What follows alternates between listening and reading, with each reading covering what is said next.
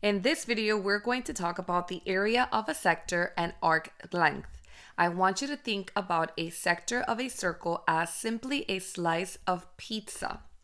In this sector, you're going to notice that we have what's called a central angle. A central angle means that the vertex of the angle is going to be at the center of the circle. Now, there's two things we can talk about. Either the crust of the pizza, which is going to be talking about arc length, the arc, or we can talk about the sector. Now, the sector is the entire slice, so that's why it's called the area of a sector. Okay, so we're not interested in the entire pizza, like in the entire circle. We're only interested in a portion of that circle. So if this right here, I know that it said X before, but I'm going to go ahead and call it theta because theta is used a lot when we are talking about these problems. Then I want you to think about the fact that in a circle, we have 360 degrees. So what I want for a sector is only a part of that entire 360 degrees. So we're going to be looking for a fractional part of the entire area of a circle. So in terms of talking about the area of a sector, the formula is going to be theta divided by 360, because again, 360 degrees is the entire circle. We're not interested right now in the entire circle. We only want a portion of it. And the portion that we want is going to be theta degrees. And we want a portion of the area of the circle. And the formula for area of a circle is pi r squared.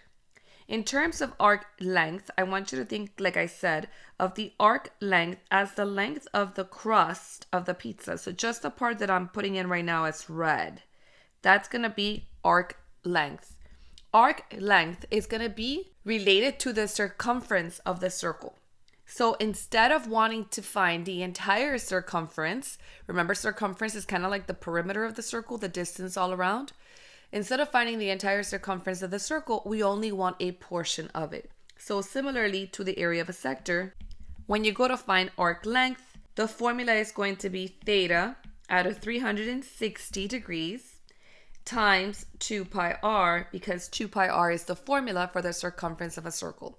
If you're wondering why is it still theta if it's not the interior angle, that is because you may have forgotten your geometry. In geometry, when you have a central angle, if this is theta degrees, the arc is also going to be theta degrees. So right here, notice on the left hand side, we actually have a picture of a pizza and it happens to be split into 8 equal pieces. So right now, if I want to figure out the measurement of each angle, I'm going to have to go ahead and take 360 degrees and I'm going to divide that by 8. So that means that every single pizza slice is going to be 45 degrees. Other things that I want you to remember is that in half of the circle, everything is going to have to add up to 180 degrees. So all the way around, halfway, since the entire circle is 360, half of it, of course, is going to be 180 degrees. Other parts of a circle that you should be familiar with are certain vocabulary terms. Obviously, we have the center of a circle, and we name circles by their center. So if right now I'm going to call this center Y, then that means that this would be called circle Y. If instead I want to make this center X, then I'm going to call this circle X. Besides the center, from the center to any point on the circle, we have what's called the radius. And in a circle, we have basically infinitely many radii. Radii is the plural of radius. And if I were to connect two radii together from one end to the other, then I have what's called a diameter. In general, we have this vocabulary term, which is chord. A chord is going to connect any two points on the actual circle. So we have basically a line segment that's going to connect 2 points on the circle, and that is called a chord. So I can draw a very short chord connecting from one point to the next, or I can make my chords longer. The longest chord that's ever going to be able to be drawn in a circle is, of course, going to be the diameter. It must pass through that center. And of course, like we just discussed before, notice that here we have a sector which is shaded That's going to be the sector, like a slice of pizza. And then, of course, we have the arc, which I told you is like the crust of the pizza. So let's go ahead and try some problems to see how they are. Let's go ahead and take a look at question number 1. In question number 1, it says find the length of the arc S in each diagram. It is very important when you're doing these problems to determine whether or not you're going to find area of a sector or arc length. In this case, it is very clear that they want the length of the arc. So that means that we're only going to find S right here, which is going to be the length of that arc. So the formula to find the length of an arc is going to be L is equal to theta over 360 degrees times 2 pi r. In this case, the length that we're looking for is S. I'm going to replace L with S. I know that theta is going to be 120 degrees out of 360 times 2 pi, and the radius is 6. So quite a simple problem. They've given us most of the information. Go ahead and take your calculator and enter 120 divided by 360 times 2 times pi. There is a pi button in your calculator if you're using a scientific or graphing calculator, and you're going to get the answer is going to be approximately 12.6. Now the length of an arc is going to be measured just in centimeters. It is not area, therefore you are not going to write the answer with a unit squared. Instead, it is just centimeters. In some questions that you're going to get, sometimes they tell you to leave your answers in terms of pi. They haven't asked us to do that in this problem, but if they had, that would just mean that basically you would do 120 divided by 360. You're going to multiply it by 2, multiply it by 6, and you're going to end up with 4. So the answer would just be 4 pi centimeters. 4 pi centimeters is what is considered an exact answer, because if you remember, pi is an irrational number. It is approximately 3.14, but it is a number that continues forever. So this is just depending on the problem that you are working on for your class. In case they ask you for an exact answer, or they ask you to leave your answers in terms of pi, then you would know that this is how you'd have to write the answer. If you haven't been given any other instructions and you're just asked to find the length of the arc like we were in this problem, then you can go ahead and just multiply by pi. And in this case, we are rounding to the nearest tenth, or because I teach IB, to 3 significant figures. Let's go ahead now and do part B, which is going to be done exactly the same way. S is going to equal 70 over 360 times 2 pi times 12. I'm going to go ahead and leave it in terms of pi first, and then I'm going to round to the nearest tenth. When I put this in the calculator without multiplying by pi, my calculator gives me 4.66666 repeated, which means that it might be better for me to leave this as a fraction. And so what I'm going to do, since I'm using a graphing calculator, I'm using a TI-84 Plus, I have a math button, which is on the top left below the green button alpha. I'm going to press math frac, and what that's going to do is going to turn my answer into a fraction. So in this case, this is equal to 14/3 pi centimeters. And if I multiply it by pi, then I'm going to get that this is approximately 14.66, which rounds to 14.7 centimeters. Let's go ahead and look at question number 2.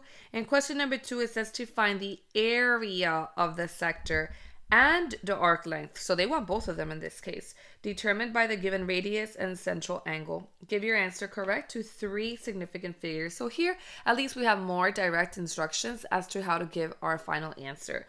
I'm going to do part A with you and part D with you, since part B and C are done exactly the same way as part A. So in part A, let's go ahead and start with the area of a sector, which is going to be theta over 360 times pi radius squared. And then we'll go ahead and find the arc length, which is going to be theta over 360 times 2 pi r. So theta in part A is 30 degrees out of 360 times pi, the radius is 10 squared. Because they're saying to round to 3 significant figures, I'm going to skip over leaving it in terms of pi. 30 divided by 360 times pi times 10 squared, which is 100, is going to give me approximately 26.2. Because this is area, now my units are going to be squared, so square centimeters. In terms of arc length, again, theta is still 30 degrees out of 360 times 2 pi, and the radius is 10. Put this all into your calculator, and you're going to get approximately 5.24 centimeters as your final answer. So if you have these questions, then part B and part C are done literally exactly the same way. The answer for part B is going to be 25.1 square meters for the area of that sector. And then the arc length is going to be 6.28 meters. The answer to part C, 14,702.65 square millimeters, which is not rounded to three significant figures. So to three significant figures, you would write 14,700 square millimeters. The arc length is going to be approximately 164 millimeters. Let's go ahead now and talk about part D of this question. In part D, notice that they have basically just told us that theta is n. How do I do a problem like this? All you have to do is substitute n into the formula. If area is equal to theta over 360 times pi radius squared, then instead of theta, since theta is equal to n, we're going to write n over 360 times pi, but they did give us the radius is 15 squared.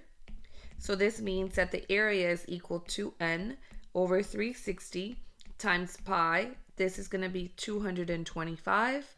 If you put 225 divided by 360 in your calculator, the fraction is going to be reduced to 5/8. So this is equal to 5/8 pi n. And if you want to get this into three significant figures, then if you go 5 divided by 8 times pi, you're going to get that this is approximately 1.96 n square centimeters. And that would be your final answer. Now for the arc length, we're going to basically do the same thing. It's going to be n over 360 times 2 pi times the radius, which is 15. So this is going to give me that the arc length, 2 times 15 is 30, is 30 over 360 pi n. 30 over 360 as a fraction can be reduced to 1/12. So this means that we basically have pi over 12 n. And this, if I actually put it into the calculator, what is pi divided by 12? Then I'm going to get pi divided by 12 is going to be approximately 0.262 n centimeters. And then this would be your final answer. In question number 3, it says to find the measure of angle theta in the diagram. So what I know here is that the arc length is 12. So that means that I'm going to go ahead and use the arc length formula to be able to get the answer to this question. Arc length is equal to theta over 360 times 2 pi r. Here I'm going to substitute L with 12 since I know the arc length is 12. Theta is what I am looking for. And I do know that the radius is 8. So I'm going to go ahead and multiply both sides by 360. I'm going to multiply 12 by 360 just to get rid of that fraction. I get 4320 is equal to theta times, this is going to be 16 pi. Go ahead and divide by 16 pi on both sides. 4320 divided by 16 pi tells me that theta is going to be approximately 85.9 degrees. One of the things that I want you to be careful with is how you're using your calculator. If you got the wrong answer of 848, it is because in your calculator you did 4320 divided by 16 pi. Remember, the calculator knows order of operations. So by order of operations, it's dividing first and then multiplying. What you want to do in your calculator is that you want to enter it as 4320 divided by, open parentheses, 16 pi. The other option is to write it in as a fraction. If you have a graphing calculator, you can go alpha y equals, enter, and you're going to see that it's going to give you the ability to enter this as a fraction, and then you don't make a mistake. But in case you did get the wrong answer of 848.23, It's because you entered it wrong into the calculator. Use parentheses around the 16 pi, and then you're going to get the correct response. And the correct answer is 85.9 degrees. In question number 4, it says a bicycle with tires 70 centimeters in diameter is traveling such that its tires complete 1.5 revolutions every second. When you think about a tire, okay, you have a circle. Basically, you're going around and around and around. You're actually moving, okay? So you're not just like going around and around statically, but the tire is moving. Every single one of those complete circles is what is referred to as a revolution. So what they're telling you here is that the tire is completing 1.5 revolutions, which means it's going around to make a full circle and then half of one circle. So in reality, it is moving 360 degrees plus half of a circle, which is at 180. So it's traveling 540 degrees every second. Part A asks, the angular velocity of a rotating object represents the speed at which the object is turning. What is the angular velocity of this bicycle wheel in degrees per second? We basically figured this out already. The answer we know is 540 degrees per second. S to the negative 1 is how we can write per second. What's the other way we could have done this problem? Well, we could have basically just said that we're traveling 1.5 revolutions, and each time one full revolution is 360 degrees. So that's how we got the 540 degrees per second. I just showed you by basically doing one full circle and then half of the circle. So we just added 360 plus 180, but it's exactly the same thing as multiplying 1.5 times 360. So this is what's called the angular velocity of this bicycle in degrees per second. Now in part B, it asks, at what speed is the bicycle traveling along the ground in kilometers per hour? That means that we're going to take 1.5, because it's traveling 1.5 revolutions, times 2 pi times the radius. If the diameter is 70, that means the radius has to be 35 centimeters. So times 35, 2 pi r. And this is going to give us 329.8672. But this is in centimeters and this is per second. Okay, so what we found right now is basically the speed the bicycle is traveling, but in centimeters per second. Now we have to convert this into kilometers per hour. So I'm going to round this to about 330, and I'm going to try to convert 330 centimeters per second by using the following conversions. I know that there are 60 seconds in 1 minute. I also know there are 60 minutes in 1 hour because I have to get to the hour. I also know there's 100 centimeters in 1 meter. And the reason why I wrote 1 meter over 100 centimeters and not the other way around is because I'm looking to cancel top to bottom. Okay, if I were to put 100 centimeters over 1 meter, I would not be able to cancel those units. And that's exactly what I'm trying to do. Same thing when I did the units of time. When I wrote what they're equal to each other, I want to make sure that I can cancel top to bottom. So that way I'm only left with hour. So then here, I have to keep going to make this kilometers. I know that 1 kilometer is going to be 1,000 meters. And this might seem long, and I'm sure that for you, you might be able to find this in a faster way, but I just want to break it down in case you are struggling with conversions, so that way you understand where all these parts come from. Now I can cancel the seconds and the minutes. I'm going to leave hours. I can also cancel centimeters and meters, so that basically my units that I'm left with are going to be kilometers per hour. When you see it written as kmh to the negative 1, it means kilometers per hour. So that's basically what we're going to be left with. Now take your calculator and let's do the multiplication. You want to multiply 330 times 60 times 60, and then you want to divide that by 100 times 1000. In order for you to put this into your calculator, you want to go 330 times 60 times 60.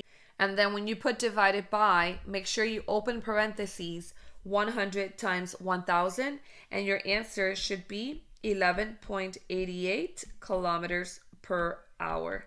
So basically approximately 11.9 kilometers per hour is going to be your final answer. In question number 5, a sector of a circle with radius 4 has area 16.5 pi centimeters squared. Find the measure of the central angle of the sector. Okay, so this is an area of a sector. We see the word area in the problem and we see sector.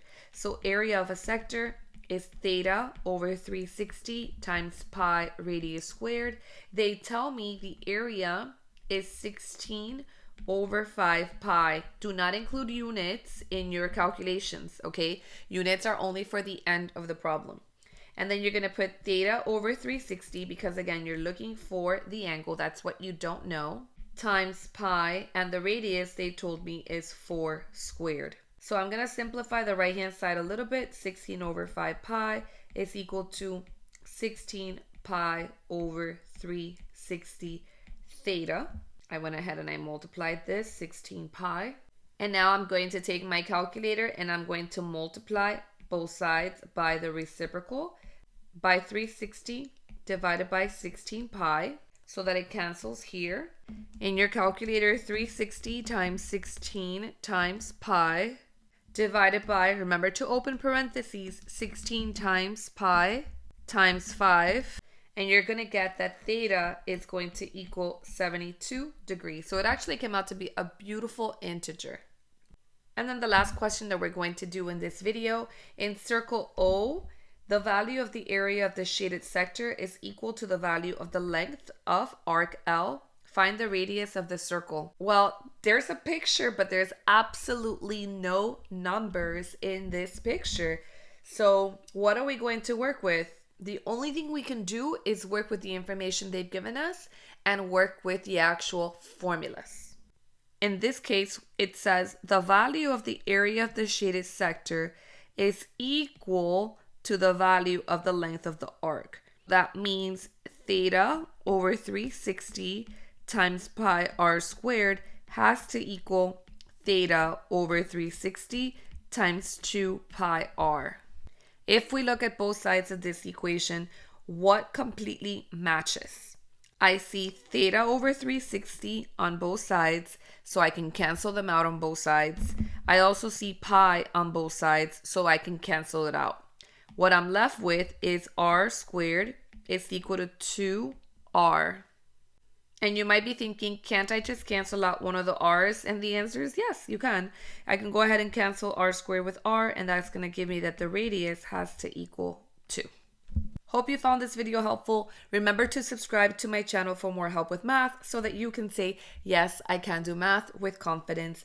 Until next time, thanks for watching.